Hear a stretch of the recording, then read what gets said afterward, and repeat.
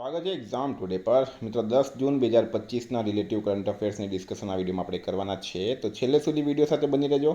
Current affairs important topic છે, દરેક એક્ઝામમાં પ્રશ્ન પૂછવામાં આવે છે. મિત્રો ટોપિક પર આવીએ. 10 જૂન 2025 ક્વેશ્ચન નંબર 1 છે. હાલમાં વિશ્વ મહાસાગર દિવસ ક્યારે મનાવવામાં આવ્યો? તો મિત્રો દર વર્ષે 8 જૂનના રોજ વર્લ્ડ ઓશિયન ડે એટલે કે વિશ્વ મહાસાગર દિવસ મનાવવામાં આવે છે. દર વર્ષે 8 જૂનના રોજ વર્લ્ડ ઓશિયન ડે. સંયુક્ત રાષ્ટ્ર દ્વારા આ દિવસની શરૂઆત વર્ષ 2009માં થઈ હતી. એની થીમ છે મિત્રો વન્ડર સસ્ટેનિંગ વોટ સસ્ટેઇન અસ. બરાબર, વન્ડર સસ્ટેનિંગ વોટ સસ્ટેઇન્સ અસ આની થીમ છે. હાલમાં કયા રાજ્યમાં ગ્રેટર ફ્લેમિંગો અભયારણ્ય સ્થાપિત કરવામાં આવશે? ગ્રેટર ફ્લેમિંગો અભયારણ્ય કયા રાજ્યમાં સ્થાપિત કરવામાં આવશે? પ્રશ્ન એમ છે. તો મિત્રો રાઈટ આન્સર છે આની અંદર તમિલનાડુ સરકાર. બરાબર, તમિલનાડુ સરકારે વિશ્વ પર્યાવરણ દિવસ પર તમિલનાડુના સીએમ એમ.કે. સ્ટાલિને રાજ્યમાં ધનુષકોડીમાં એક ફ્લેમિંગો અભયારણ્ય સ્થાપિત કરવાની જાહેરાત કરી છે. તમિલનાડુના સીએમ છે એમ.કે. સ્ટાલિન. રાજ્યપાલ છે મિત્રો આર.એન. રવિ. તમિલનાડુનું કેપિટલ છે મિત્રો ચેન્નઈ. સુપ્રીમ કોર્ટે મદ્રાસ હાઈકોર્ટના ફેસલાને પલટીને ત્રીજા બાળક માટે માતૃત્વ અવકાશ હાલમાં સ્વીકૃત કર્યો છે. ભારતમાં લોંગનો સૌથી મોટો ઉત્પાદક તમિલનાડુ છે. તમિલનાડુના શિવકાશી આતિશબાજીને હાલમાં જીઆઈ ટેગ મળ્યો છે. ઓટોમોટિવ અને હથિયાર પ્રણાલી પરીક્ષણ કેન્દ્રનું ઉદ્ઘાટન ચેન્નઈમાં કરાયું. તમિલનાડુમાં એલ.આર. શ્રીહરિ 86માં ભારતીય ચેસ ગ્રાન્ડ માસ્ટર બન્યા છે. હાલમાં કોણે જ્યોતિર્મઠમાં સામુદાયિક રેડિયો સ્ટેશન 88.4 મેગાહર્ટ્ઝ આઈબેક્સ તરાનાનું ઉદ્ઘાટન કર્યું? જ્યોતિર્મઠમાં આ સામુદાયિક રેડિયો સ્ટેશન 88.4 મેગાહર્ટ્ઝ આઈબેક્સ તરાનાનું ઉદ્ઘાટન જનરલ ઉપેન્દ્ર દ્વિવેદી દ્વારા કરવામાં આવ્યું છે. બરાબર મિત્રો, જનરલ ઉપેન્દ્ર દ્વિવેદી ભારતના હાલમાં સેના પ્રમુખ છે. હાલમાં ગુજરાતના કયા શહેરમાં 3 દિવસીય ઇન્ડિયન ફોક કાર્નિવલનું આયોજન કરાયું? તો ગુજરાત લોકકલા ફાઉન્ડેશન દ્વારા ઇન્ડિયન ફોક કાર્નિવલનું આયોજન હાલમાં અમદાવાદ ખાતે કરવામાં આવ્યું છે. વિદ્યાર્થી મિત્રો, એક્ઝામ આવી રહી છે હાલમાં હેલ્પર અને સૌથી મેઇન એક્ઝામ છે મિત્રો રેવન્યુ તલાટી. 5 લાખ ફોર્મ ભરાયા છે, 4 લાખ લોકોએ એને કન્ફર્મ કરી છે. બરાબર, તૈયારી મિત્રો સિરિયસ કરજો. એક્ઝામ ટુડેના કરંટ અફેર સાથે હાલમાં તૈયારી ચાલુ કરી દો. દરેક પરીક્ષામાં 100% કરંટ અફેર મારું પૂછાયું છે. બરાબર, પીડીએફ માટે 9510411961 પર કોન્ટેક્ટ કરો. પીડીએફ જોઈતી હોય, ડેમો કોપી જોઈતી હોય, સબૂત જોઈતા હોય, બરાબર, આ નંબર પર તમે મને કોન્ટેક્ટ કરો. હાલમાં કોની ભારતના રાષ્ટ્રપતિની પહેલી મહિલા એડ.ડી. કેમ્પ એટલે કે એડીસી નિયુક્ત કરવામાં આવ્યા છે? તો યશસ્વી સોલંકી રાઈટ આન્સર છે. બરાબર, યશસ્વી સોલંકીની નિમણૂક કરવામાં આવી છે મિત્રો. હવે આ એડીસી શું હોય એની વાત કરું મેં તમને, તો લેફ્ટનન્ટ કમાન્ડર છે મિત્રો યશસ્વી સોલંકી. રાષ્ટ્રપતિના સૌથી નજદીકના સૈન્ય સહાયક હોય છે એડીસી. રાષ્ટ્રપતિ આર્મ્ડ ફોર્સેસ વચ્ચે કમ્યુનિકેશન સ્થાપિત કરે છે. ઇવેન્ટ્સમાં રાષ્ટ્રપતિના પ્રોટોકોલને મેનેજ કરે છે. યુવા મિલિટરી અફસર મળવાવાળા સૌથી મોટો સન્માન હોય છે. બરાબર, તો સૌથી સારી રેકોર્ડવાળા અફસરોની જ આમાં નિમણૂક કરવામાં આવે. લીડરશિપ ક્વોલિટી, સર્વિસ રેકોર્ડ અને ઓપરેશન પરફોર્મન્સના આધાર પર એમની પસંદગી કરવામાં આવે. તો યશસ્વી સોલંકી એડીસી બન્યા છે. હાલમાં ફ્રાન્સના તટીય શહેર નીસમાં આયોજિત આંતરરાષ્ટ્રીય મહાસાગર સંમેલનમાં ઉચ્ચ સ્તરીય ભારતીય પ્રતિનિધિત્વ મંડળનું નેતૃત્વ કોણે કર્યું? તો મિત્રો રાઈટ આન્સર છે એમાં એ કર્યું છે ડૉક્ટર જીતેન્દ્ર સિંઘે. કેન્દ્રીય મંત્રી છે મિત્રો ડૉક્ટર જીતેન્દ્ર સિંઘ, એમણે કર્યું છે.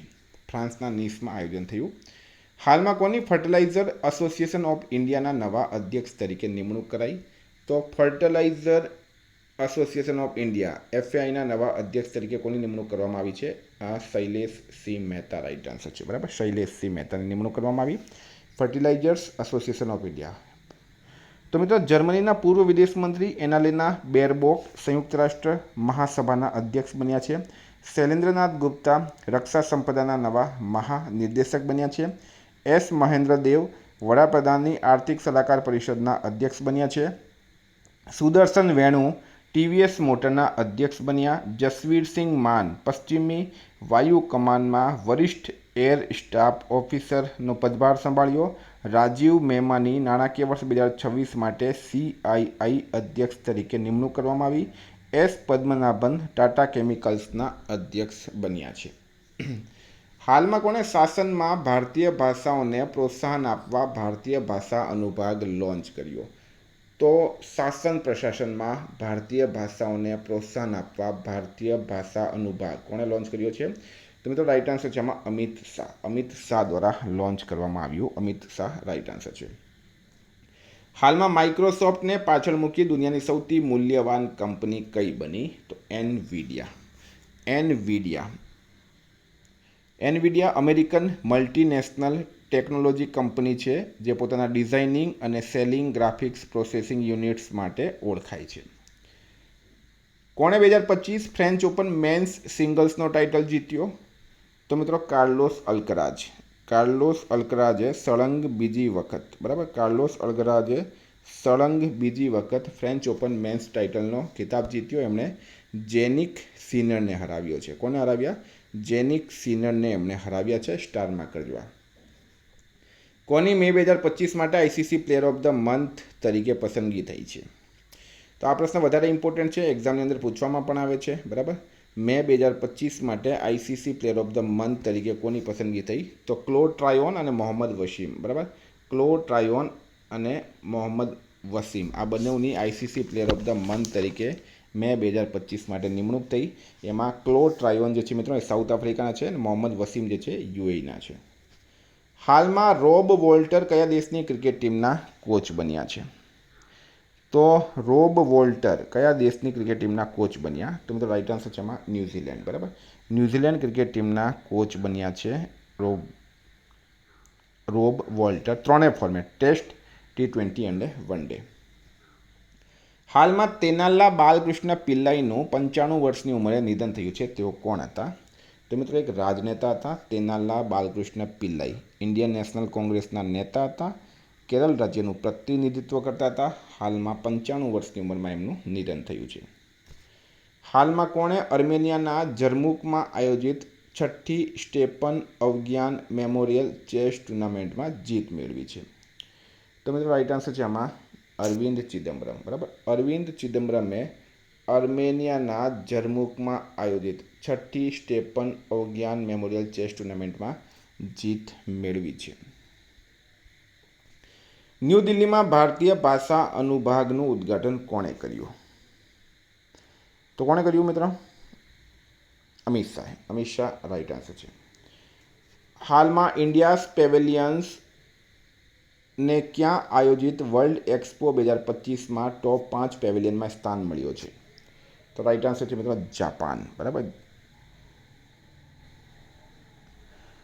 જાપાનમાં આયોજિત વર્લ્ડ એક્સપો 2025માં ટોપ 5 પેવેલિયન્સમાં ઇન્ડિયા પેવેલિયન જે છે એને સ્થાન આપવામાં આવ્યું.